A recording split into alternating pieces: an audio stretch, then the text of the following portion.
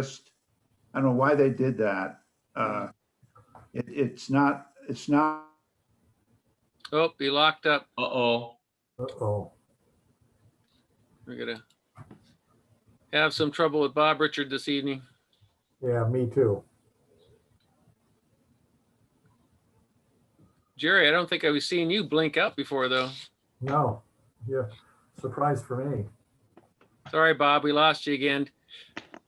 Oh, he's I'm back. You're back. I'm Hi, back. Hank. Hey there. Hey, I'll just shut up for tonight. I won't say much. Shut up. Just show still pictures. Yeah. Oh, did you see this comic that Jerry sent out? I'll share it right now.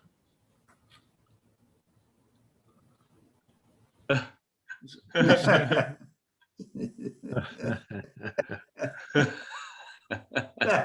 right. Yeah. You get out of school and all you need is Excel. Yeah, yeah. Yeah. You end Yeah. up using.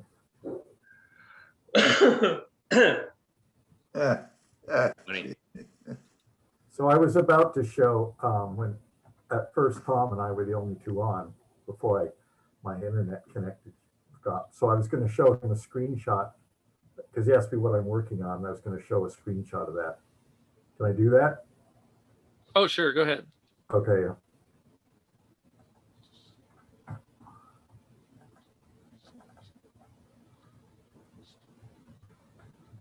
You see that? Not yet. There we go. Oh, there you There go. you go. Yeah. Okay. It's a slow program. It responds slowly. So this is the back plate for my 18-inch telescope. It's the last piece I need to get machined. This is all going to be aluminum. It's got a curb up here, and I'm just about to. These are 1/2 threaded holes and 1/2 20 clearance holes. I'm about to make 9 of these little cubit things, rectangular solids, and then stand it up and move it over here. So there's 3 of them right in front of this curved part that runs on the inside of the tube, because I'm going to put 3 1/4 screw holes, threaded screw holes in here in each one of these things. So 9 holes. But this is curved, and you can't, in this TurboCAD, you can't put a screw hole in a curved surface. So I have to put a flat surface just in front of that where I want the screw hole. And then I have to Boolean add it to the curve. And then I can put a screw hole in the slab extension equal to getting all the way through everything. And then afterwards, I use the slice tool to take that slab away, and then I'm left with my screw hole there. And when I get these screw holes placed around here, then this part is ready to go to the machine shop. Well, Jerry, I thought you already had a mirror holder. Is this the mirror holder too? This is the thing that goes under the mirror holder. So there's something that straddles the back end of the tube, and then the mirror cell sits right above that. See these 3 or these 6 holes. This is let's see. This is the one that screws up, and these screws push against the bottom of the mirror cell, and then the mirror cell has a fixed screw that goes down through this hole, and then and there'll be a spring around it, and then there'll be a wing nut on the bottom of that or something to lock it so that it it doesn't move as the scope tilts. It doesn't relieve its strain against the 3 screws that are holding it up. You follow that? So push-pull cell. Yeah. Yeah. Okay. What is the red dash circle for? Those are just guides to help me line things up. So let's get on view. This is what it looks like from the top. And these these lines, the blue lines, are also guidelines, and those are at 120 degrees. And then these are the lines where the screw holes are going to go, center on that, and those are at 10 degrees above and 10 degrees below. So that gives us a set of 3 holes in here. They're smaller screws, but they'll ease the pressure over a larger portion of the tube wall. So, and I think I scaled this from smaller designs by assuming the load goes up as the cube and the strength goes up as the square. So it has about the same strength to weight ratio as the smaller device that I know works without flexure. So the carbon fiber tubes is being gripped by this backplate. Yeah, the carbon fiber tube goes around, these three circular surfaces. They look like facets in this rendering, but it's actually a curve about 22 inches in diameter. So the carbon fiber tube is outside of those. Okay. Yeah, this is snug up against it. It's got about 5,000ths of an inch clearance. So the carbon fiber tube came out just perfectly circular? I hope so. Oh, you haven't seen it yet. Oh no, I've seen it. I've got it here. Yeah. But it looks circular to me, but you never know.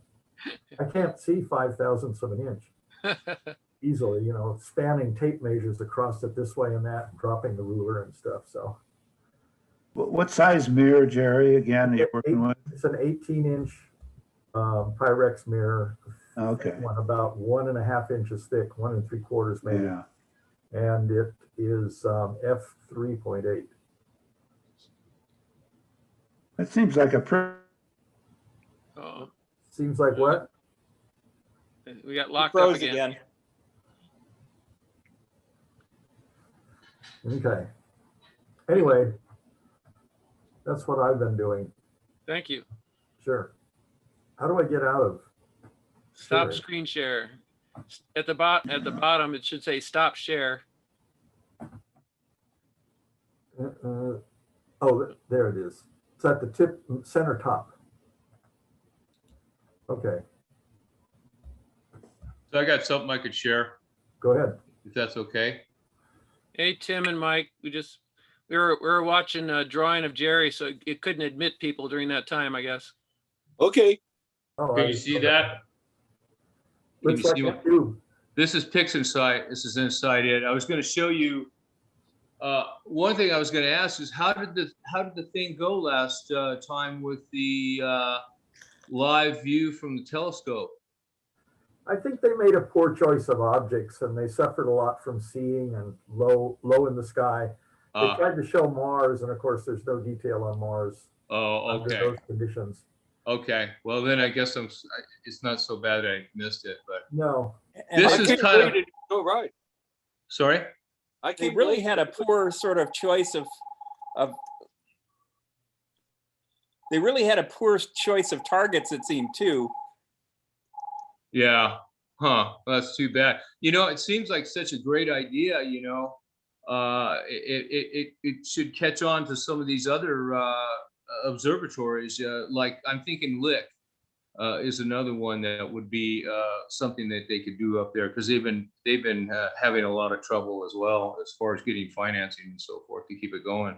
yeah, Lick is the place where they started all this adaptive optics stuff, and they're real big in that. They have several things going on that. Oh, wow. So, Oh, and I'd love to see they're that. extending it to very wide fields now, because the adaptive optics is inherently narrow field. But with Huh. multiple targets, they're doing correction over wide fields now. Hmm. So they've got a lot of research going on. Huh. And they have to, with the magnifications they get, they sort of have to pick targets that aren't what most amateurs would pick. Yeah. Yeah, because it had to be like planetary nebula and maybe, Yeah. something even smaller, I guess. One of Well, in a the, couple of weeks, they're going to do it again. And, I think the Eskimo will be up there. Is Eskimo too big for them? Too small? Or They showed did the Eskimo, Tim. I don't know That'd if be you were there great. when they did it. And no, it was I decent. came late. Mhm. It was decent, but they had an NP 127 set up, and they kept going to that, and it was given better views, I think, than Oh, the wow. 60-inch. Yeah. No, Yeah. the 127 was definitely better. Oh, cool. Dick, they were really good. They were good images. They had Oh, every wow. 182 up, and the 127, it got both of them, and it was kicking ass. Oh my, oh my. Well, this is the setup that I used to test this guy out the first time. And everything worked really well, but there are some issues that I ended up getting into, which I'll talk about. It's mainly in the flat area. What's that white line going straight up out of the front of your tube there, looks like? Is that just glare on the side of the lens shield? Oh yeah, I used a flash. When I Oh, shot this, I flashed it. So it's Okay. just flashing off of the black anodized dew Yeah. cap. got it. That's it. Yeah. So What mount that's is the that? scope setup. Now, when I like your patio. oh, thank you. You know, I was going to say, I think Henk and I are twins because he's got the same kind of pavers in his place. I guess Exactly. we lost Yeah, yeah, Henk, but he's got the same thing. But anyway, I shoot my flats normally with a light box. Yeah, And I'm finding out that there's problems with that because the exposures are too quick. And I'm actually seeing shutter effects as a result of that. So here's what a flat looks like. No, that's not the right one. But it anyway, looks like a flat. yeah, this is the one I wanted to show you. This is the first one now this is at a 1600th of a second. Yeah, Well, you can see there's some artifact in here. I think that's a real dust mote. This is not, this is. Okay, these are dust motes. And it turns out they're sensor dust motes. I didn't know that. I thought it might have they're been on what dust motes? they're sensor dust motes. Oh, They're on the sensor. sensor themselves. Little dust gets on there every once in a while. And you have to put the camera in a manual cleaning mode. So it, you get a mirror lock. Takes it off, yeah. Yeah, and then you go in there with one of those air balls and blow it out. And that's what I did, and it did clean off. As a matter of fact, I'm gonna have to ditch out here in a minute and take some flats because I don't have any decent flats. So that's that right there, because of the dust mote. And then this one here is at 100th. This is the lowest setting on the light box, where you can see it got rid of the artifact. The other thing, the other case in point that you may not have seen from this one right here is look at the gradient over here. It's huge. See, this gradient on this other side over here is enormous compared to this side over here. Mhm. That's You're not because alive. the shutter's dominant. So the shutter is dominating this image because it was shot at a 1600th of a second. You got to so what I want to do, that's what I'm going to have to ditch out here early just a little bit and shoot some darks. I mean, shoot some flats tonight so that I can get less light in there and get longer exposure, because otherwise What do you you're going to be mean that the shutter is dominating? I don't understand the that. shutter, because the exposure is so short, it's a 1600th of a second. You're actually seeing the shutter go across there, and there's shutter artifacting going on. This particular guy here in this corner up here, that guy right there is not a real dust mote. Okay, So it's caused by shutter. So what you want to do is, I got a pillowcase over the thing right now, and I'm just going to shoot the sky and get some flats that way. But I thought that was a rather interesting little deal there that it did that. And then when you go to 100th, this is the lowest setting on the light box. You can see that one of the so-called dust motes is gone. Not only that, you don't see nearly the gradient now. See? So that's purely a shutter phenomenon right there. I don't know. That looks like they're about the same gradient. to me. I'm sorry? Looks about the same gradient to me. Oh, no, it's quite a bit different. Here, let me put them both on here so you can really see what's going on here. It has moved. All right, we'll put them in such a way.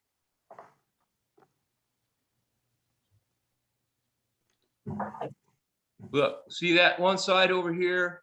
Let me get it down here so you can actually see. This side over here it's real dark. It's not nearly as dark on this side over here. See, that's shutter. That's the shutter that's causing that noise right there. Now, if you look at this one here, you see it's pretty even. This side and that side are pretty close. Symmetrical. Yeah, this is not. And that causes a lot of problems. When you start to process it, it looks like you got a light pollution over here. And that's not what's happening. That's not really the case. You just have a bad flat. So that was one of the things I found out about that. So, and then here's a single frame raw. I haven't had time to process it because of the flats issue. So we can take a look at this. So this is Macarian's chain. That gives you an idea of the stars. Star imaging is beautiful. I'm telling you guys, I was blown away when I saw it. You can see the dust mote down here, but as long as I can get the dust mote out of the flats, I can process this out just by making the sky dark. Is that chain in Virgo or is it Leo? Where is Virgo. that? It's Virgo. Yeah. And you can see the eyes. I mean, look at the stars. The imaging is really pretty doggone good. This is just a raw single frame. I haven't done any processing on it. I haven't done any stacking or nothing. It's just a single frame of data. See, what I do is use the flat frames to get rid of those dust motes and blotches, like you say, but I don't worry about the gradients with it never seems to completely come out. So I go to Maxim DL and I use their gradient tool to remove symmetric gradients like that. Yeah, they've got something like that in PixInsight. Okay. And then I got Macarian chain with the Red Cat too. So there's going to be a wider view of the whole thing. And the only other thing I shot was a needle galaxy. This is it right here. I had to kind of crop this guy. Oh, that's very nice. Yeah, I had to crop him down quite a bit, but it's really bright. Yeah. How long is this exposure? These are 6-minute exposures, and it's probably in the 40s of frames. I haven't really done a frame count at this point right now. But of course the dust mote is below that. That's why you can get away with these astrographs, see, because you got to do so much cropping anyway. But because of the edge effects, but it came out really nice. I can't wait to shoot that with the C14 that I'm going to get, and it should be just wonderful. Hey Dick, what camera are you using again? It's a Canon EOS 6D MK2.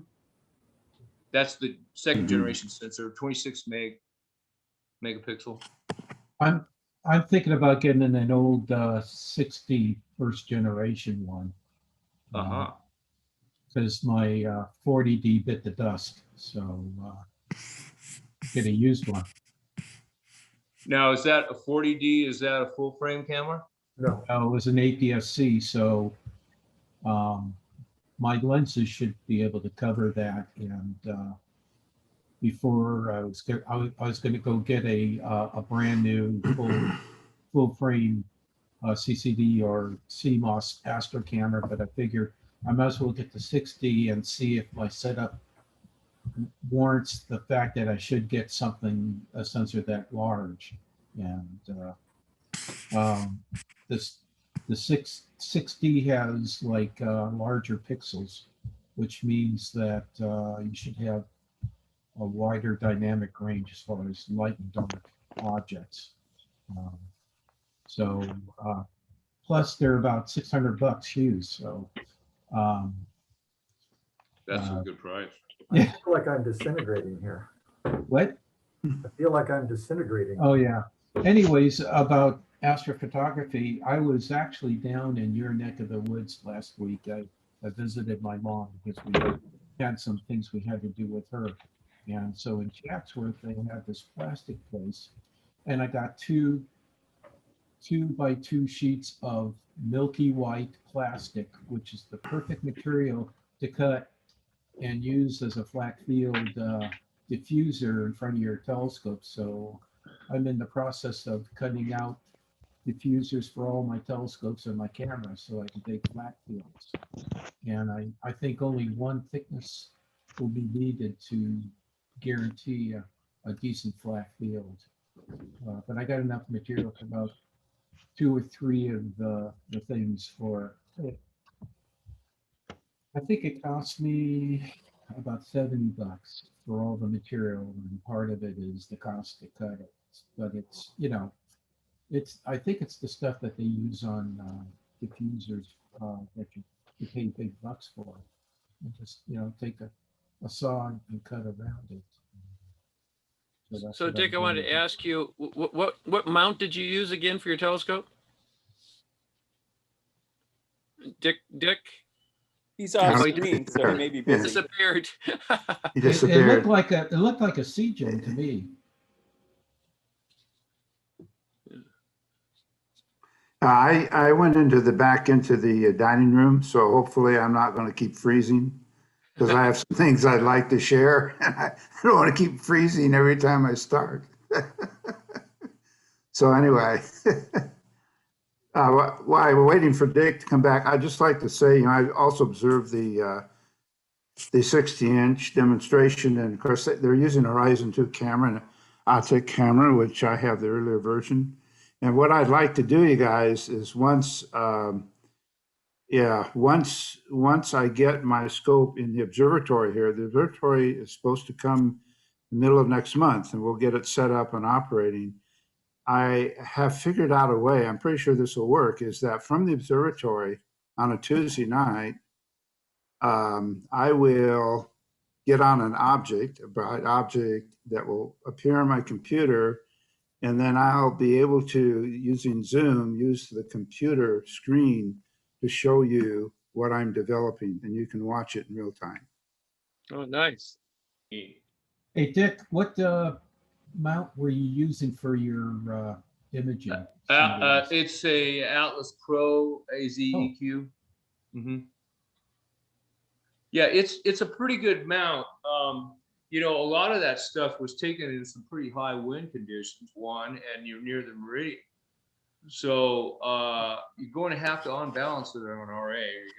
It's going to rock. And what I do is I just look at the trender in PhD, and you can tell when it starts to oscillate because it'll just start going all over the place on RA. And so I just start pushing the weights up of the shaft until the trender just settles out and it's just nice and calm.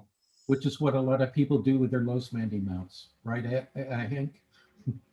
Yeah, and the whole idea of the spring-loaded mounts is to get rid of that, the spring-loaded worms, I mean. And I've been doing a lot of practice with the spring-loaded worms, the ones that I made myself, and I think I've improved on it, but I'm not sure if it really helps because the spring-loaded worms can only work if the worm is pushing into the ring gear, and that causes friction. So that's not a good thing. And you're probably getting some stiction. Yeah. So anyway, I've been imaging too. I got 1.5 arc seconds RMS again total, and I'm not happy about it yet. And I'm just still getting used to my new gear because I got the camera up. I had some trouble with plate solving. It worked fine with my guide scope, and eventually that's what I resorted to. But it turned out, I guess, what went wrong is if you don't have the focal length of the scope that you're looking through set up right, then the plate solving will fail because it figures out all the magnification factors and so on. And I had the scope of I had the wrong scope in there. That was my Mac Newt while I was working with the 12-inch Newtonian. So yeah. I've got it set up outside right now, and everything's hooked up.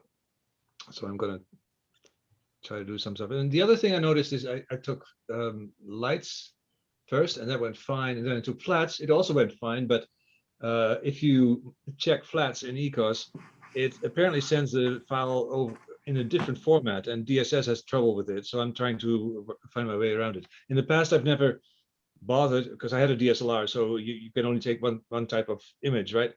But Ekos is smart enough that it puts some information in the FITS file and says, okay, yeah, this is a flat, and so do something else with it. And DSS failed on that, so I'm on the DSS board now trying to find out. But I think the best thing for now is to just not tell it that I'm taking flats and just take it as lights and then process it the same way, and then everything should work. So now Just I have name it. Now I have an image that the flat is like twice the size of all the lights, the master flat. And so the whole vignetting is all there, all the dust motes are on there. Totally mismatched. Anyway, just some things you learn along the way. Good old dust mode. Yeah, I need to work on my focus as well because it takes longer with the with a camera than with a DSLR. With the DSLR, you know, take some shots and you'll see it basically instantly. Here you have to wait like 4 seconds for every image that it's done. So Can sit you there do and a ROI on a small section? That would speed it up. You know, I am zoomed in on a small section. if And it that's what still you- took 4 seconds, huh? Yeah, well, it has to take the entire image. It can't take parts of it. Well, maybe, you know, my camera. Well, I haven't figured out how to do that if it is possible at all, but I don't think Ekos will let me do that. But it's okay. I do have a focuser, an electronic focuser. I need to hook it up. It's a heavy beast. It's like 1 pounder, so just like heavier than I thought it would be. But I'll see if I can hook it up. I did hook my Coma corrector up, and that one seems to work fine. So it had to be exactly 55 millimeters, and it came with the adapters, and I was able to get that just right. So that's one good thing. Anyway, it looks like I'm getting there. It's just that the main problem is still the mechanical stuff. I need to get to a lower RMS. Have you been able to adjust that coma corrector to get it optimized for your scope? The Coma correction. You got yes. the coma corrector. Yeah. Yes, there's actually not much to optimize, because it looked like a pretty fancy thing. It has this thing on top, but it's just for visual, that the thing that you can turn around where it just varies. Oh. That's only for eyepieces, and they have Okay. So in other words, it's fixed. Okay. Yeah, so it's totally fixed, and it's a pretty scary device, because there are 2 lenses just right at the edge, so not much has to go wrong, or you'll be scratching it. So you have to be very careful about that. And there's one adapter on one side which is kind of weird, which is like a flange around it, and that makes it fit onto a TT or no, M42 thread piece that comes out of it. Which brand of flattener were you using? Which brand of what? Flattener? Brand. Yeah. No, this is a Coma corrector. This is a paracord 2. It's a Newtonian. Oh, okay. Yeah. It does work. I got nice round stars, so that's good. I don't have anything interesting to show yet, but yeah. Unless we run out of time. Yeah, sorry. Okay, I was going to say change the subject. Would you guys be willing, the telescope makers in this group, to help out somebody from the VCAS? I got an email from the president of the club saying that somebody wants to learn how to build a telescope. And I told him that you guys had a Zoom meeting, and just want to know if, you know, I can relay the information for you guys in case they need some help. I know nobody can, you know, meet, you know, person, but you might be able to help this person. Is that okay? It's okay. I don't know how much, Mike, that we can. Are they bringing their own optics? I have no idea. I'm going to be calling the person and seeing exactly what they want to do, but they said they wanted to Yeah, make a telescope. have them get in touch with us, and we'll see if we can do anything. Yeah, I told them I would help what I could, you know, via Zoom, but I'm not there. Whereas later on, if this whole COVID thing blows over, they might be able to come up and on a Tuesday night. And I know you guys really helped me with my mirrors, so might get somebody else. The only thing I warned them about was the fact that William Bell shut their doors, and so you can't. Oh, did they? I didn't know that. Yeah. Oh, Yeah. yes. I was. I've been in contact with Richard Berry, and he just kind of offhandedly says, "Well, I got my last royalty check because they closed their doors, and I can't get a new set of books to replace my burnt up one because it's all closed." So yeah, that's kind of sad. Yeah, So- they have a whole a great selection of books. They have. I don't know. Yeah. So I don't know if somebody's going to be reselling them or not, but you should know that the history with Richard Berry, you know, he had his telescope making books and all that. And the people who were publishing him decided that they didn't want to publish any more books.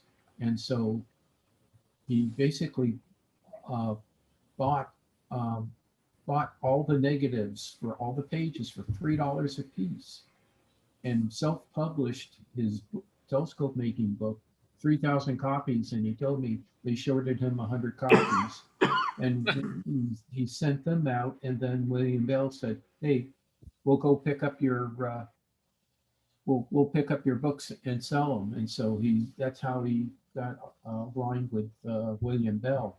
But there's a whole bunch of books. There's Tessaru's books.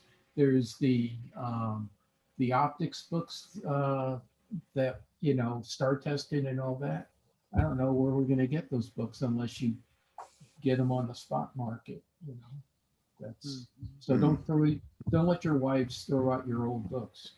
Did he carry Albert High's books too? Yes. That's not good. All of them, the string signory, I can't pronounce it. The Leclerc book, the French book. That's really a good book. No, that's not a William Bell, is it? That's I thought it somebody was. else. Oh shoot. Well, I can find out. That's a really good book. Yeah, I know. But it's really bad news, because when you think about it, most of the books, that we used, were published by them. Yeah. They kind of glommed onto everything. It's just like Scope City picked up the Lumicon and all that, and it's so you got fewer places selling this stuff. So yeah. So Bob, David. Richard, did you want to show us something? No, I don't have anything for this evening. But I was thinking that in a future time I can write you. I can show you some images I've got of planetaries, and using the Alta camera. And I have used these cameras, and I'm really impressed with what they can do so rapidly and the quality they can produce. So I'll, I can do that in a future session. I'll let you know. I'll write you, but I had so much going on this week. I'm just struggling to keep up with what there is. Oh, thank you. Yeah, no worries. So Tim Crawford, did you want to show your mirror images? Yeah, you have a couple of those, and I'll just show you what this new LED is doing. I'm in a bright room with these, so if anything, the small image that I sent you, which was probably the first one. What I really wanted to show you in that is that you can see the little dark patch there to the right third of the mirror. And I think what that is it's this little mask that I put in front of the LED that has a slit on it. Now, I'm not exactly sure why this is coming out, but it's just a brass piece that I took a dental lab a disc, a really thin disc, and I cut a slit in it. And then I put double-sided masking tape and stuck it to the LED. But no matter what I did, I can take on the Foucault tester, I can take that little right knob, and because you can move the lines, the vertical lines, you can move them right or left by just turning the knob. But no matter what I did, I couldn't get rid of that little shadow. So the subsequent images that I sent you tonight, they actually, I just took that little piece off, and I went ahead and tried it without anything. And I turned the LED down as far as I could. It's still bright. So I went out to Bruce Murdoch's, and he printed me with a laser printer all kinds of really fine slits on some acetate, I think it is. There's an image right there I did with the knife edge. And although you can really clearly see that donut here, trying to find it, I'm still having trouble trying to find that donut when I'm using this knife edge. It just doesn't come out really clean like that. And what Mike was talking about taking pictures or images, or having a live image that you can actually look over and see this, I think it really helps, because you can actually photo and change it. If I'm shooting a live view of this image, I can kind of edit it and change the live view so I can get the best image. That's what I did with this, and you can clearly see that donut, and that would really help for measurements. I'm convinced that in looking at the other images that I have, especially this one, and it didn't come out real clean.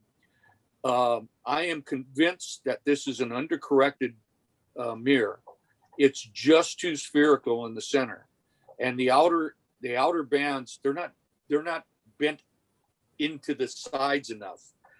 Although it doesn't really show it here, I'm not getting a clear halo of light around. No matter what I tried tonight, I tried getting that halo of light to go all the way around the mirror, which says that I don't have a turned edge. Even though it says I don't have. You still got a turned edge. Pardon me? You still got a turned edge. You can see it? Yeah. Look, yeah, right there where he's running the cursor around the circle, particularly the lower one down, that one there. Well, that Jerry, that image there Too much of kind a of washed out. yeah. And so I don't know if you look at the rest of the image around, I don't see that turning out on the rest It's not a big. You're close. Yeah. You're getting a lot better than we usually see it, but it's not there yet. It's I think it is turned. It's possible when you finish parabolizing, that'll go away. Yeah. That's what happened to me. Yeah. That's what I'm thinking, Mike. Because the inside R, this image here inside R, you can see this is in a bright room inside our house. Yeah. And I turned this down, almost all the way. And there's no slit I'm going through here. I'm just going through straight wonky. By the way, I have a 100 line per inch glass wonky grading that Tom Whittemore loaned me. And I put it out in the shed for now. In the meantime, I got this acetate from Perry at Wilman Bell. And I had to go around with him about it. And I took a look at another 100 line per inch slide that I had. And what he sent me wasn't, even though it's labeled 100 lines per inch, it's not. I tried counting. It's really harder than hell to count the lines and then multiply by whatever. I have a feeling he was not a well person for a while, and so yeah, it's just not a 100 line. I think it's a 65 line grading, and that's what I'm using here. So I'm going to switch over to Tom's, which is 100 line per inch. I think even though it doesn't really help one way or another, but yeah. It's not going to show me anything other than what I've got here. I still think I have a turned edge. I still think I'm undercorrected. And rather than trying to feed you are definitely undercorrected. Yeah. Finish parabolizing. I think it'll go like Mike says. Yeah, I'm gonna go after that. And there were times tonight, Jerry, that I had that halo on the right side, and there was about a third of the left side filled with the little halo, but it doesn't go all the way around. So I'm thinking that I'm close, but it's no cigar. Too easy to get the light rim on the right and nothing on the left. It's too easy. Yeah. So, but reading this damn donut, that's going to be the key. I'm really having trouble with that. Oh, I on the 14.5 inch, it was agony because when you try and read the middle areas, the donut goes away. It's so the contrast goes away. Yeah, in the middle though, even at high at fast F numbers, the difference between a parabola and a sphere becomes unobservable. The whole thing goes gray at once, and you're done. What is striking to me is that in this image, I edited it so that I had the best frame, and I can clearly see this donut. But seeing this live, just live view with naked eye, somehow you have I didn't see this. You have an asymmetry in that picture somehow. You see where the interior brightness is near the center, yeah, where the cursor is. You go up to that and it gets dark before it gets light. On the same thing down, it's not symmetrical. Down here, it stays bright into the bright around the outer bright. So it's like a yin yang symbol a little bit, you know, the old Safeway symbol. Oh. A little bit. So that would be something is tilted in your razor blade is tilted. Oh, Thing yeah, is tilted. Something's tilted. yeah. Yeah, in the first image you showed, there was a real asymmetry in the brightness, as though something were lit from the side instead of straight on. Yeah. Also tonight, I took several images and I didn't send those, and the disc isn't round. It's kind of it kind of looks like it's been somebody sat on the sphere, and it's just kind of it's oblong, so that it's not a clean circle. And I tried figuring out what I was doing wrong there. I didn't get that right. So maybe I am tilting the maybe the knife edge is tilted. I'll try to work with that. What you need to do is take a picture like this and then rotate the mirror, say through 120 degrees, and see if the asymmetry moves with the mirror. Okay. Okay. If so, you've got a astigmatic mirror. I hope it's not astigmatic, because I know my eyes are a little, I have astigmatism coming on. It wasn't as pronounced as it is now, but I think it's just your test setup. Something's tilted. Seeing that oblong circle tonight, you know, this doesn't show it, but when I looked through some of the finder in the, I was using an iPhone naturally, and the iPhone image was just flat. It was a flat circle, and you can kind of see it in that one. But looks like this guy's got a black eye. yeah, and it's that slit. I'm completely convinced. As soon as I got rid of the slit, it went away. I've never seen a wrongful like that. Because it's a brass piece, I might be getting some back reflections from the LED that's kind of bouncing around and giving me that. But I don't know. I'll play with it. Okay. Let us know. The acetate that Bruce sent me, there's several size slits. He just printed it on black acetate, and he said just cut those off and tape it to the front of the LED. I'm not so sure that LED is just not going to be too bright for it. I think what Mike did was take a piece of tissue or something and put it on the front of that LED just to diffuse it. Yeah, that's the first thing I'm going to do. You want a uniform, and then yeah, that's the first thing. Rough sandpaper onto the surface of the LED. No, you want it. It needs to be more diffuse.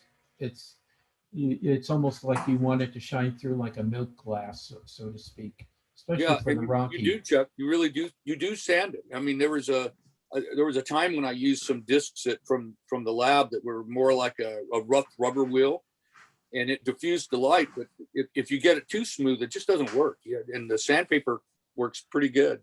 I put some tissue paper in front of mine. I had a little.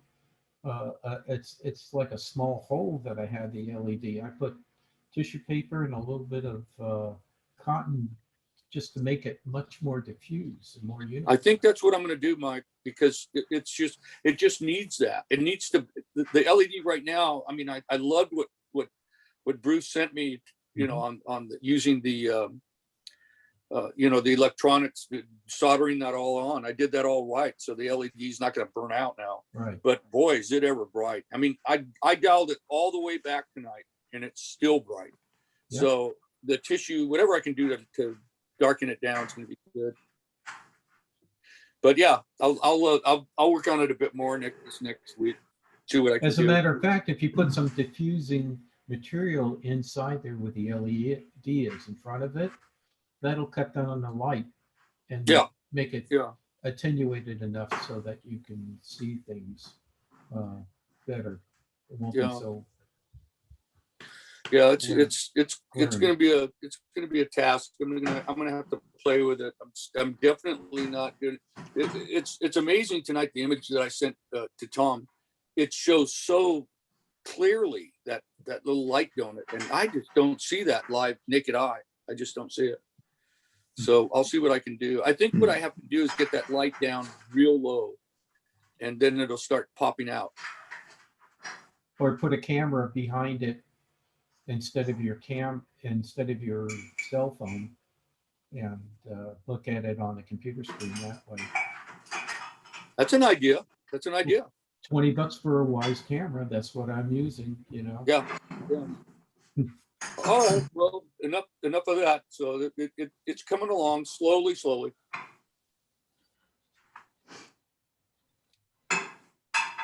All right, any other topics? Anything else people want to touch on? Did you sell that I need it by Friday scope? Yeah, it's $1,000. It's burning a hole in my pocket here. Yeah, if you go to the my Flickr images, there's a photo album of the scope and the guy and his daughter. But yeah, I put it together and thought we missed a part, found a part, and it was like a brand new scope, really. Good going. Yeah. Speaking about parts and stuff, I did go down and visit Woodland Hills Camera. Which camera? Woodland Hills Camera. Oh. Oh, really? Okay. Yeah, and I saw Dr. D, and you know we all had our masks on. And part of the issue is that with my camera setup, I have a 2-inch adapter that goes. I'm using a 0.63 focal reducer on my Celestron, and so trying to put all the parts together, you know, because I have a motorized 2-inch. Focuser that goes on the back of the telescope to a 2-inch that has a street thread that fits onto the SCT focal reducer that fits onto, and trying to put all the parts together, and discovered that the 2-inch adapter didn't have threads for a 2-inch filter. And so I went down to him and said, do you have any of this? No. And do you have any of this? No. And he goes, well, maybe if you go online and buy something, he basically said, we're not having luck getting parts in, but you might be able to get something on eBay and some other because like bicycle shops, they're having problems with their vendors getting everything in there. They have lots of stuff, but not everything that they're used to getting before. But I stood there for must have been half an hour, him going through the things, they're searching the stock and all that. So, I mean, they were happy to see me. They wanted to help me out. A lot of vendors are doing that. If you go to a bicycle shop, I had the same thing where the mechanic or whatever says, here, go to this website, you can get it there. I mean, it's this thing where, we can't get things out of the Orient to here, like we used to. There's holes in the... So, well, what's your experience been lately with OPT? I used to get a lot of stuff from them, but lately they just haven't had it. And both of my cameras, Autoguider cameras, I ordered and got immediately from back east.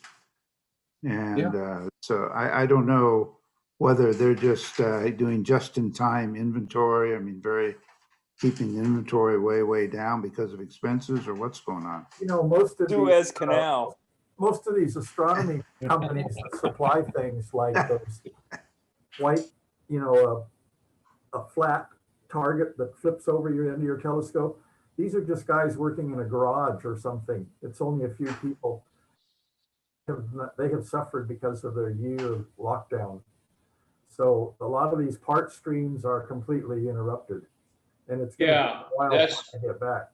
That's getting to be my experience. I ordered the observatory back on the 22nd of January, and they were quoting 6 to 8 week leads. And so we're beyond that now, and I still don't have anything.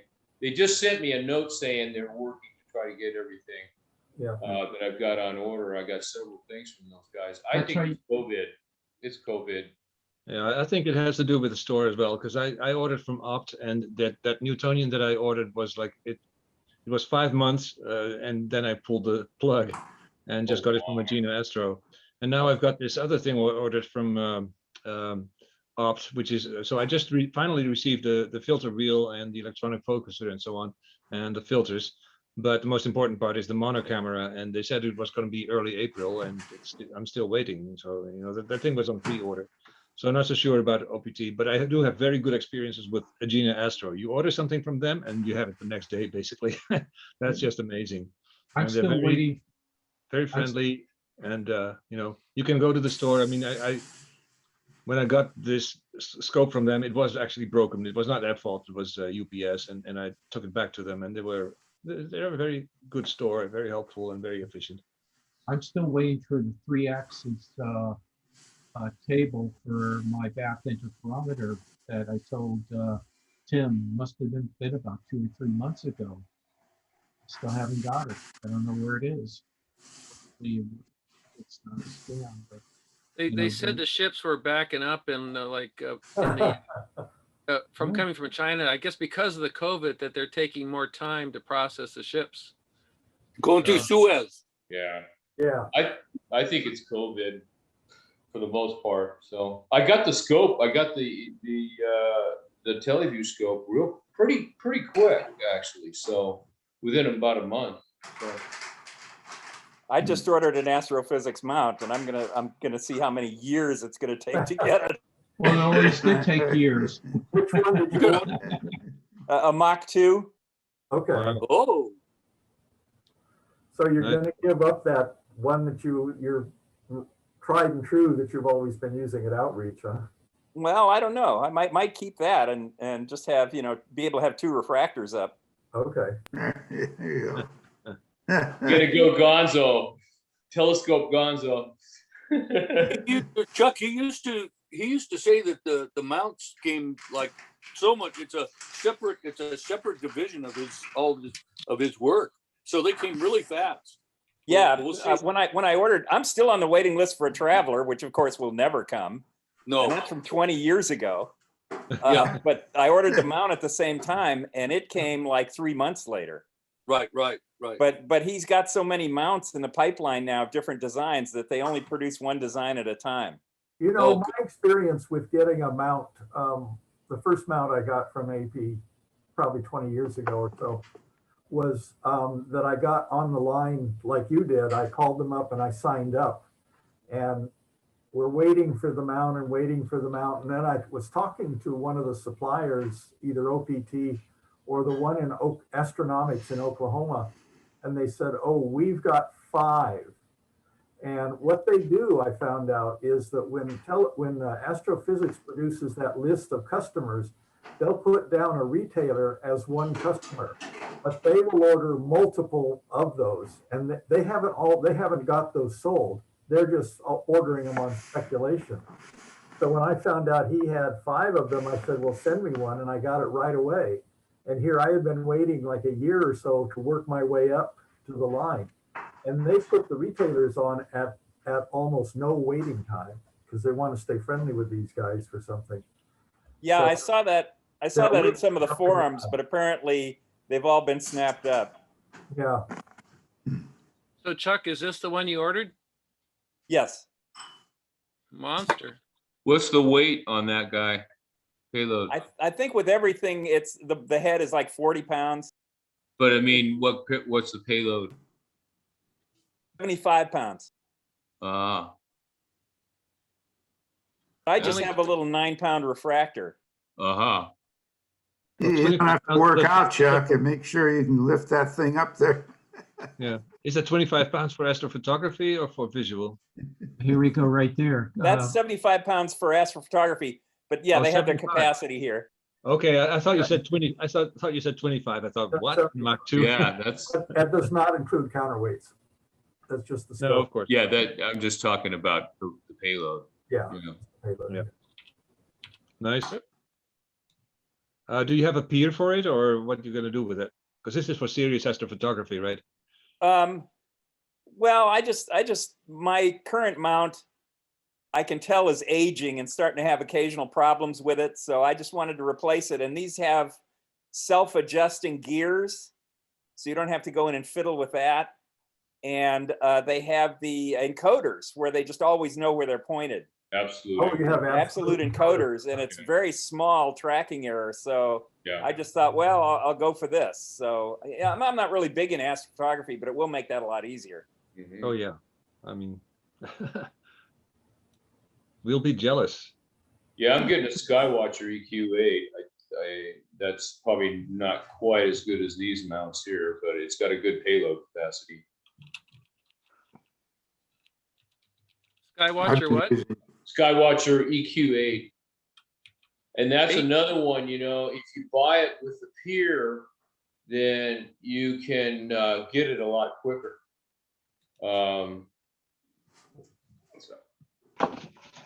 Is this it? Yeah, that's it right there. Yeah. 110-pound payload. See, you can, if you get it with a pier, you can get these things a lot quicker. See, because they want to sell you the whole deal. So I just got the head only, but they were quoting a fairly quick delivery, and that's way beyond what OPT had estimated there as well. So they know they've got problems. They sent me a note saying, you know, they know about the delays. But Did you get the encoder version? yes, yes, that's the. Isn't that the? Is it the RH? I guess it is. Yeah. I've had two Ioptron equatorial mountings. I've been really happy with them. They're not real heavy, so in terms of putting the head on the tier or your tripod, it's not. You have to be gargantuan to lift them up. Yeah, And- that one there would be. That's about 45 pounds just for the mount. Yeah, I got yeah. you You got making, for C14 is 45 pounds by itself. So, you know, I'm gonna have to have somebody help me, but you know, once it's on there, it's on the permanent pier, and I'm set. So Yeah, the 70, well, the CM70G is a new one. I have the 60, which has been discontinued, but they're only weigh like, I don't know, 25 pounds or something like that. And so they're very easy to manage and really a nice, smooth, really accurate. I've been very, very good tracking. I've been very happy with them. One of the advantages I consider with the astrophysics one is that it breaks apart into two roughly equal weight pieces. So they stay around 20 pounds or less for each of the two parts. You can see right at the middle there between the where the little nerve, yeah, they got the little right there. knobs. So those things come apart, and then each part. So Sweet. it just takes two lightweight parts to go together to make the full 35 or 40 pound instrument. Sweet. And then the counterweight shaft is that is heavy. One scope I have, I just use the counterweight shaft with no weights on it. Mm-hmm. yeah, my Misu weighs 50 pounds. Mm-hmm. So, 72. Well, is the mount in the Natural History Museum's observatory? That's an astrophysics also. No, that's a what is that? I forgot. It's the people that split off from Celestron to make the Dahl Kirkhams. Yeah, Planeway. That's it. You're right. Planeway. Which uses the SciTech suite, which Yes, that's you right. guys, you had to go and redo. It's not as user friendly to operate it as the. That's what I have for the Misu. Yeah, the Mach 2 I could just run off my cell phone. Wow. But not for battery power. But not for battery power. So it's got built-in wireless, I guess, then. Okay, that's good. Yeah. And some through the mount cabling if you need to connect stuff to it so that you don't have to worry about snarling. Well, that's where a Raspberry Pi comes in handy, because the only thing you need to do is snake up like 12 volts through it and just run it wirelessly, the whole thing with your camera and everything else through Wi-Fi. I think that's what, was it Bob he's trying to do? Has he been successful at it? Mike, we can't hear you. Oh, I said Bob, he's been doing it. Has he been successful with the Wi-Fi and all that, with the Raspberry Pi controlling everything on top of the telescope? Yeah, Mike, your voice gets a little foggy for some reason. When you lean back from the camera, your voice fades away. You know what it is? It's on my laptop. Okay. Yeah, that's much better when you're next to the laptop. I'm getting I need to get one of those boom mic. A boom mic, yeah. Yeah.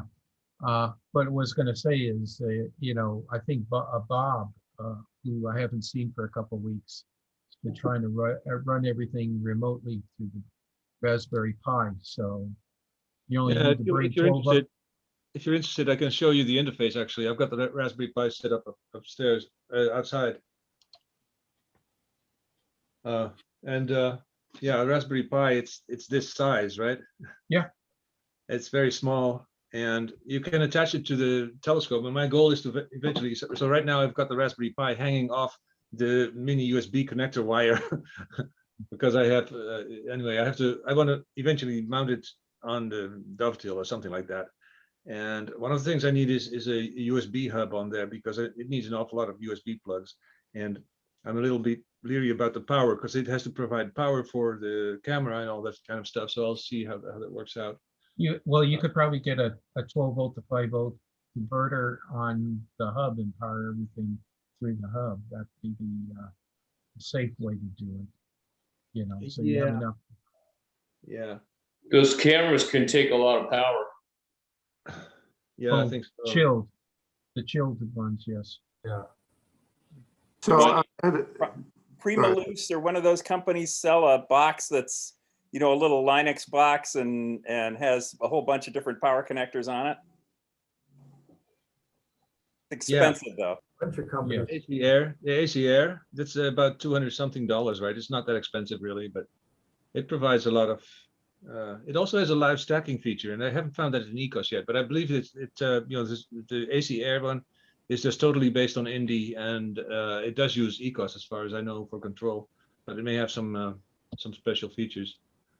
I'm trying to join from my desktop so I can share that. Let's see here, connecting.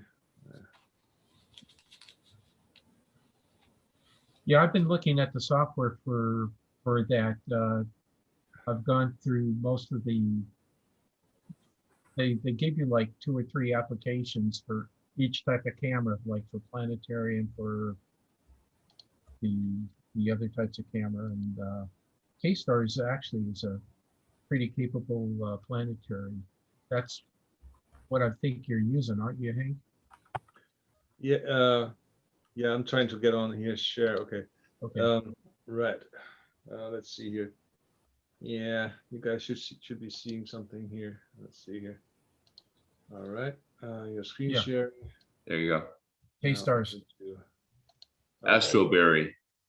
Yeah. So this is okay. I need to minimize this guy here. Okay. Yeah. So can you see this stuff? So if you click on K-Stars, it comes up like this. So it's like a planetarium program, and it's not as nice as Stellarium, but it's good enough.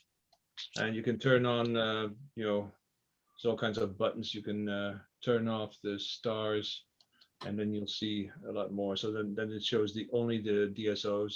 You can turn them back on. You can determine how many. Anyway, so if you want to go bring up the tools, Ekos, then you click on here and it comes up with the main window. Now, it comes up first with this window here. And so it lets you choose from a configuration. So I've got a configuration for the Mac Newt and one for the Newt. So you can define what kind of devices you're going to hook up, like your Autoguider, your mount, and your camera, if you have one, if it's not a DSLR. So then you just click on Start, and it will start connecting all the devices. And for the devices, the high-level controls are all in this window. So there's like a camera here that will let you control the camera. So this one is set up for the ZWO, the AC Pro, and the other choice is my guide camera because it knows it's hooked up. And so you can switch between the two. You can, there's a fits viewer, there's a little video mode for, this window has a lot of stuff in it. It also lets you say, okay, how do you want to save the lights? Do you want to do some binning or your flats or whatever and so on? You can set a gain for your camera, you name So it. Henk, Yeah. this is the K-Stars program? Yeah, K-Stars is the main program, but what you're looking at is basically Ekos. That's the mount control, all the device control. So K-Stars is the planetarium program. I don't know I think most people call it Ekos. You bring up K-Stars, Ekos through K-Stars. So that's the only way to bring it up. So let's see. Then for plate solving, there's a window here. So let me first go to the mount. Actually, that's the most important thing, of course. So this, first of all, you can turn tracking on and off, and you can enter the aperture and the focal length of your primary scope and your guide scope, and it's going to be used by the other windows, like there's also a window for auto guiding and so on. And there's a little mount control. So if you click on that mount control button, you get this virtual controller that I'm moving around here. That's the one that you usually want to leave up. And like, for instance, if you want to do a go-to, then you can actually go to the K-Stars, and right now it's pointing in the home position at Polaris. But if I wanted to go to Dubhe, I put the cursor above it and say right-click, Alex 200 unstep go-to, which I won't do right now because I still have to do polar align and so on. Anyway, so that's how it works. Let's see. So that was the mount control. Then there's the Autoguider. I clicked on something. Let's see here. I clicked on the wrong thing. Yeah. Here's the auto guiding window. I just had the camera pointed outside at the hill because I wanted to line the guide scope with the main scope, and I found some objects there. It should be okay now. So yeah, you can just click guide basically, and it will start guiding with its own internal guider. If you want, you can go to options and choose a different guider. So for instance, oh, yeah, this is the internal guider, but you can also set it up for PhD2. Oh, I think that's external. Yeah, wait a second. Well, anyway, so within this guider, there's various options. I have set it up for the multi-star guiding. So it doesn't have just a single star that it guides on, but it's got multiple stars. And that seems to be the best one. You can also set it up for adaptive PEC.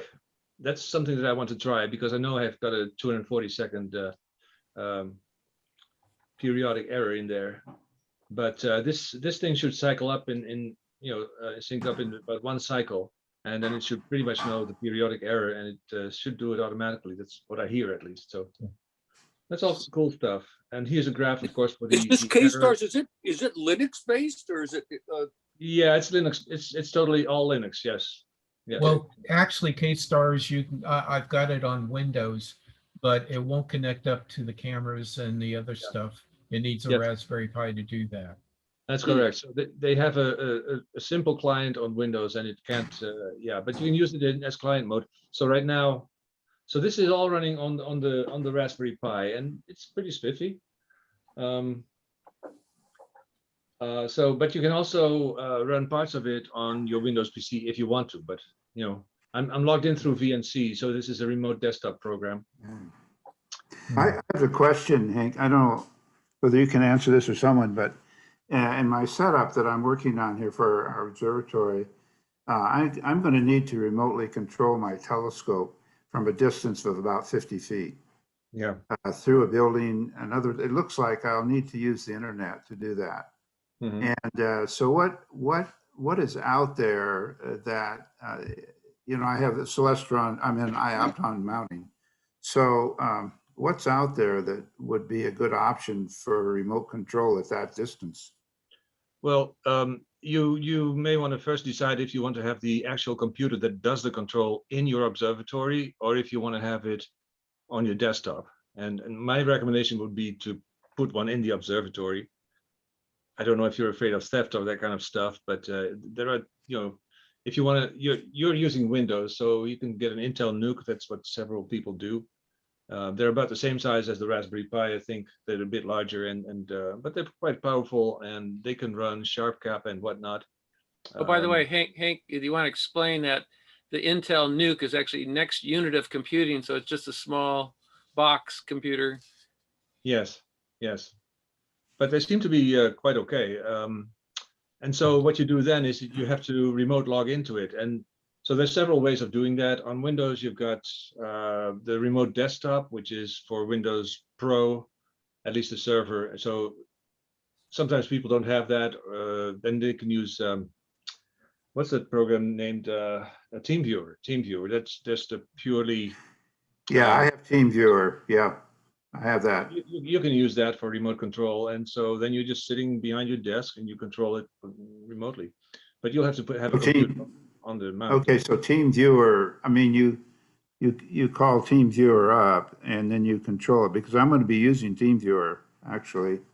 Yeah, that should work fine. You just need a computer over there. It could be an old laptop that you don't use or so, but yeah. Is TeamViewer something that you have to purchase, or is it part of Windows? So there's a personal version that you can just download for free. That's what most people do.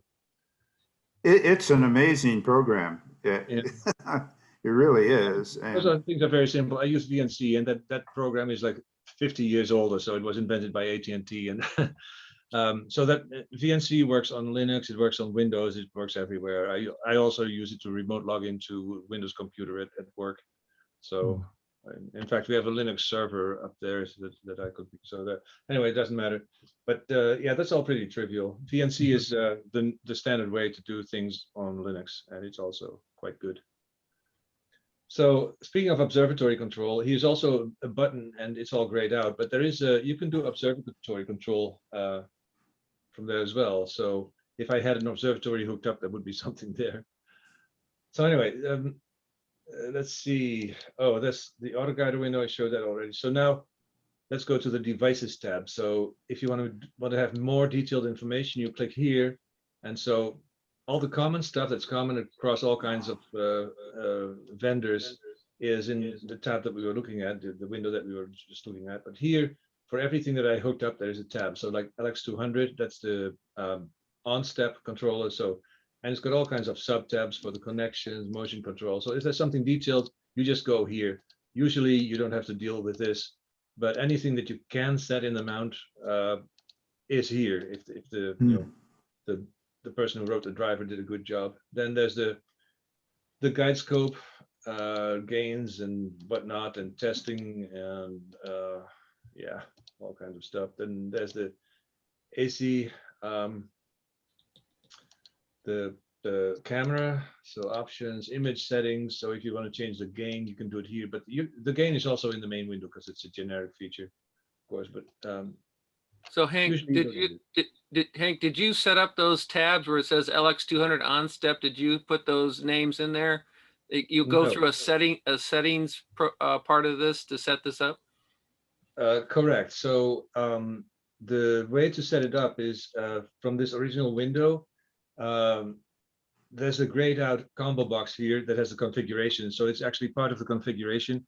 If I start it up, then you could select that. It comes up with a window, and it lets you select your camera, your mount, and all this kind of stuff. And then those tabs are automatically there. Yeah. Hey guys, I hate to interrupt. I have to leave early. Okay, I will see you next week.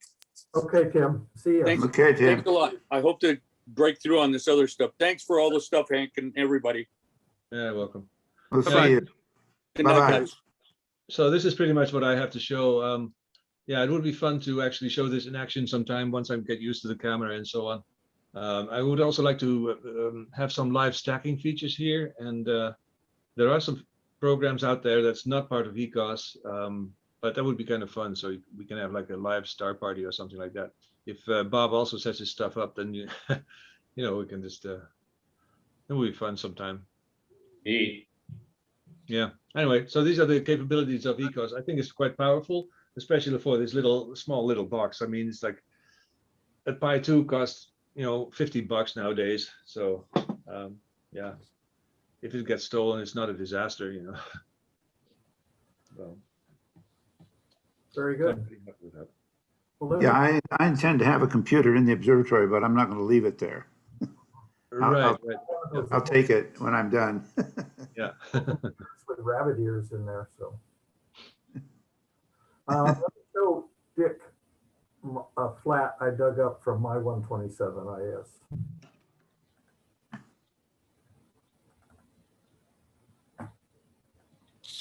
Can you see that? Oh, yeah, there's a mote. Yeah. Yeah. This is, How long is that exposure, you think? that exposure, oh, this program recorded it as 0. So it's pretty So it fast. must be really fast. Yeah. So yeah, that's the thing that I got into. Now, sometimes you can get the fake motes just because of the camera shutter action. But that looks like a pretty good flat there. And that's kind of what I'm getting now. I just went out there tonight while you guys were talking a while ago and cut some flats. I think they were probably about 1/3 of a second. So this is about the worst gradient I see. And this was a It's few really years good. ago. It needs a cleaning. Those are dust motes. They're not. Yeah, fresh. most likely those could be on your sensor. And Yeah. so all you have to do is put it in manual sensor clean and just get an air bulb and clean it that way. Yeah, I think the camera here was a 50D Tech, modified by Hutech with a temperature sensor on it. Hmm. And I used it at CalStar a lot, so there could be a lot of dust. There probably was a lot of dust in it. So you have to take the flats very close to the time when you use it, because if you pick up more dust, then the flat won't have recorded that. And Yeah, that's I'm gonna what- have to go. I'm gonna have to go back and do some of mine because I think one dust mote's been on there for a couple of lunar cycles. So I'm gonna have to go back through some of my stuff. I get away with it with the 10-inch because there's a lot of vignetting, but with some of the other instruments you can't. Okay. Okay. Jerry, can you mention how you use a flat again in astrophotography? When you, the programs that you use the very first step is usually what's called calibration. And you take away certain artifacts that are recorded in the camera and the distribution of light. There's always some form of vignetting, or in this case, you see dust motes that are somewhere in the optical system and they're out of focus on the focal plane. So they're called dust donuts. But you have to compensate for them. So this recording, this records those features. And when you put it into the program, it'll ask you for a master dark, a master flat, this is just a single frame, it's not a master. And it'll ask you for a master bias frame. And I think that's it.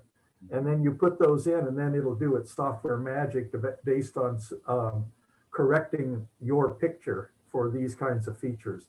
The stars and pixels that are going to be where that mote is, where the shadow is, those will be amplified a little bit to compensate for this darkness, because it shows that it's getting less light than it should be getting.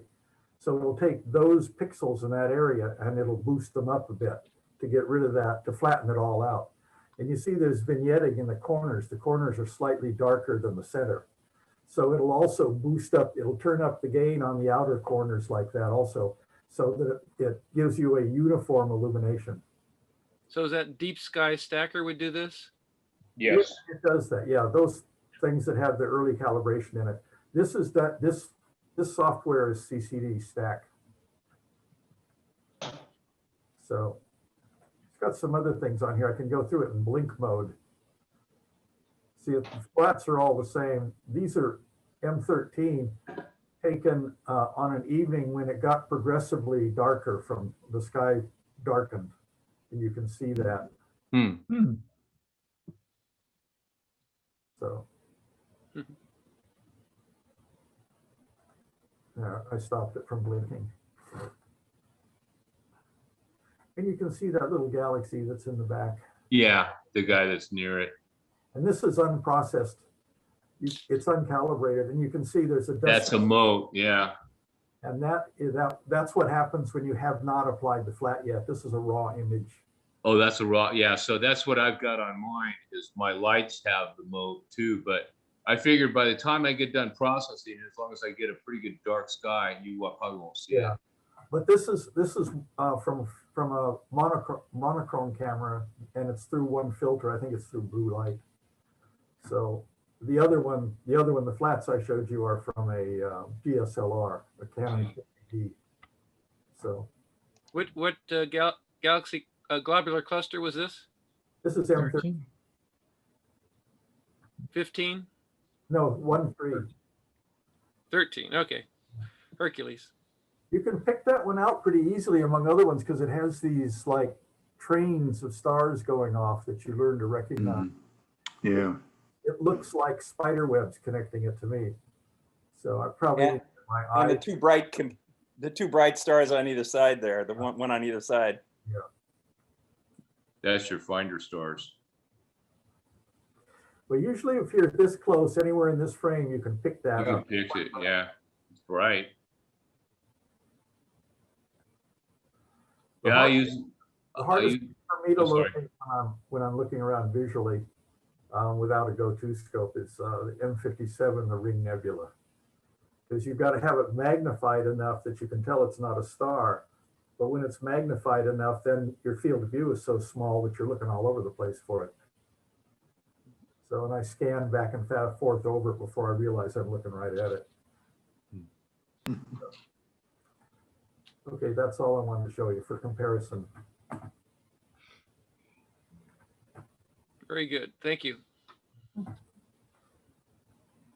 Dick, did you have a comment? Oh, no, not really. Yeah. Hopefully I'll have some I'm good starting to get a lot results. of wind here, Hank, so I don't know if that's going to affect your scope. I just went outside and it's just a disaster. So I'm not going to do a whole lot. I'm just going to play around with it a little bit, but I'm not even going to bother to polar align. I'm just going to leave it there because I set it up in a fixed spot and it should be accurate enough. But yeah, so I'll just work from here. Hey, Mike. You're muted, Mike. Mike is muted. There you go. Hey, Mike. Yes. Yeah, I'm going to email you. I've got some questions about how you wired up your next dome in terms of how you put the electrical stuff in. I'd like to hear from you what you did or how you went about that, because I've got to make some decisions here pretty soon. We have the electrical wiring out to it, the 110. I can And so- tell you in one sentence, extension cord. Yeah, that's what I was pretty much figuring. But if it works for you, it'll work for us. I have a tough shed, okay, by the side of my house that somehow I got past the HOA. And in there, I've got outlets to the outside and inside, and they're on a GFI. So taking it out to the observatory, I have not had an issue with, a decent type of. Yeah. Okay. Well, that's Or That's you probably could the way use, we'll go. or you could just run underground Romex, Yeah. to it. And well, it's out there already. In other words, it comes up above the slab. There's a thing about this high, about 2-3 feet, which contains the AC power, and there's a place to put in with a plug and everything. So I was just wondering if you'd done anything. Okay, the way that I did it, I have it on a platform, a wooden platform, and it went underneath and it went through a hole Okay. inside. So you'll probably have to drill a hole on there and put some sort of rubber gland on there to keep the water from coming in. So is there an actual floor in the observatory, or I is it? I have a floor. It's like it's on a platform made out of 4x4s. And Yeah, but that's not the observatory floor. That's what it's. yeah, it is. Oh, it is. Everything's on there. And so I have the patio that I had the telescope mounted on, and I wanted to do that to keep my. Hey, Mike, I think he's asking, did the next dome come with a floor? Oh, no. Yeah. Okay. Yeah. So we're going to set it on a cement slab. We got a very stable platform, and the electrical to it, sticks up about in the middle, Mhm. That's what I did with mine. the middle of the That's nice. slab. You got lots of room. Yeah, it's 12 by 12. And then I just had them run these conduits underneath here, you know, just underneath, just to go over so you still can walk around. I'm Yeah. jealous. Yeah, and yeah, that's how ours is. But there's just one sticking up there in the middle. Yeah, I don't know if I need that many. Right now, I've got 2 receps out here. This is before the receps are installed, but I got receps facing, one facing this way and one facing that way, you know, so that you don't have cords out in the aisle. You have them, you I know. assume that sonotube is your telescope pedestal. Yeah, that's 12-inch guy there. And I've got, this is a Dan's pier plate on top.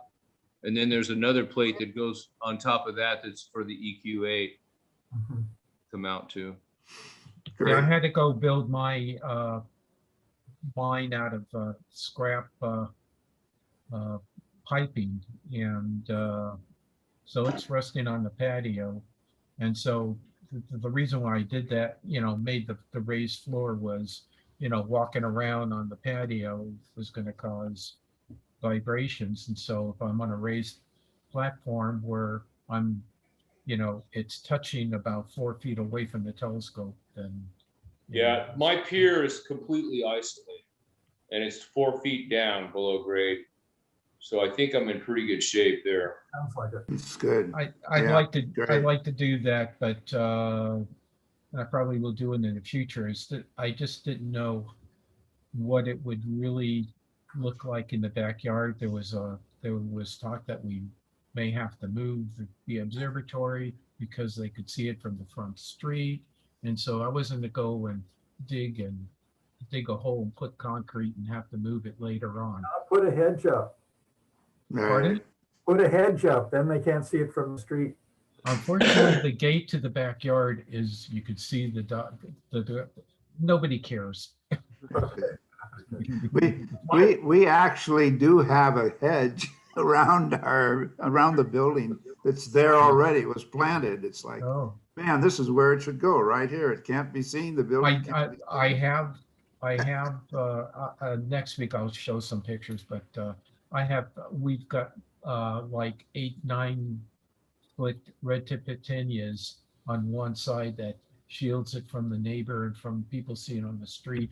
On the other side, we planted 3 feet high, other ones that shield it. So the only thing you can see from most people is the tip of the observatory, like about 1 or 2 feet.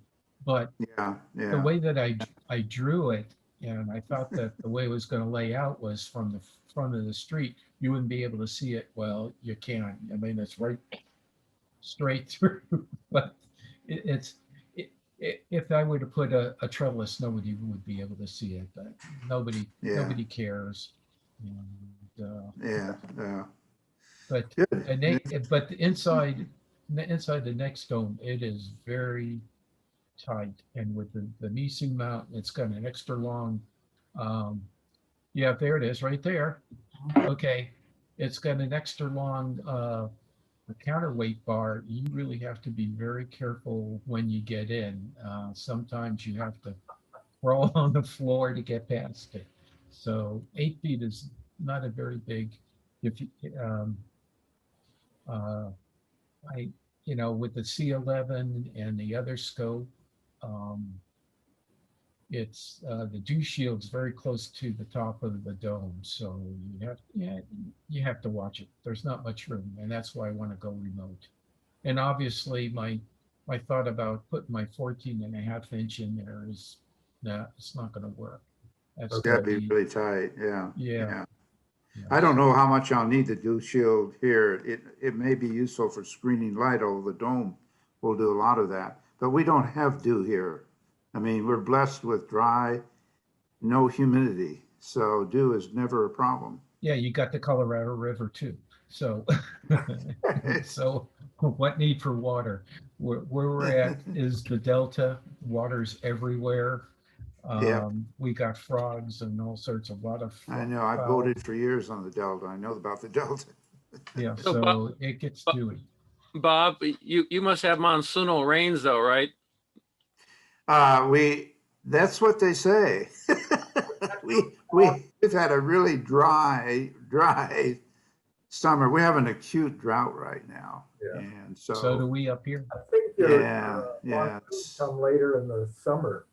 yeah, usually they begin in September, August. Yeah. Yeah, so we can get those. Yeah, definitely. The next dome's pretty watertight. There's a couple small gaps at the top that wind could probably blow it in. You just plug them up. But from below, the water doesn't come in. The only caveat is the way that it's shaped, the dome is. There's going to be water in little troughs all the way around it. So if you spin it really fast, you're going to get wet after it rains. I remember that.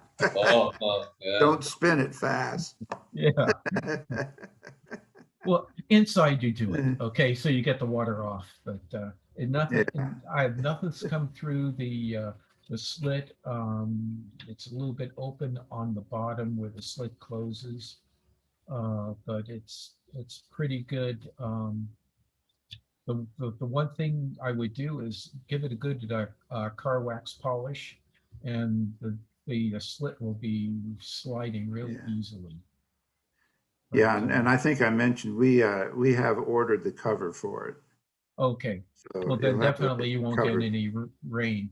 But I've had this doggone thing out in 40, 50 mile an hour winds and rain and all that, and not gotten anything in there.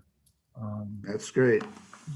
When you put it together, just make sure that it's perfectly round where the door is, because the seal there is a little Yeah. so. But I've not experienced any bad things with it. I mean, in the wind, let me tell you, it's a godsend. Have like 30, 40 mile an hour gusts, and the mount doesn't move. What little wind that gets in there is no big deal compared to being out in the open. Yeah. No, I think that will be great for us. I think this will work really well for us. And also the fact that you don't have to polar align every doggone time you go out. Amen. I mean, that's what I'm wanting to get out of, is all of this Polar aligning and star aligning. polar aligning, but balancing. Yeah, all that. And hooking. Remember to hook up all your leads and your Yeah. cables and all that. The wear and tear on the connectors and Yeah. The ones I like are the Autoguider cables. The phone jack type cables, the RJs. Those things that they wear out so fast. Yeah. And it's supposedly, they got gold contacts, but Take the road. It's the plastic part, the springy plastic. That's the part that doesn't work, and you stick it in there, and then it never stays. It doesn't catch. It started with Losmandy, because he put that on his controller for his motors and for the control box. Everybody else had actual real pin circular pin connectors up to that point. Yeah. Well, I'm gonna have to sign off here, so. Yeah. Me too. Yeah, me too. Okay. Gentlemen, it's very, very good. Good to see you. I will not be able to be here next week. I got another meeting, but the week after that, I can talk about my photography of planetary nebulas, if you like. That's your priorities, Bob. Okay. I'll tell the other people that I said, Okay. got it. Good night, everybody. Okay. Good night. Good night. Good night. Thanks, Bye-bye. everyone. Bye. Right.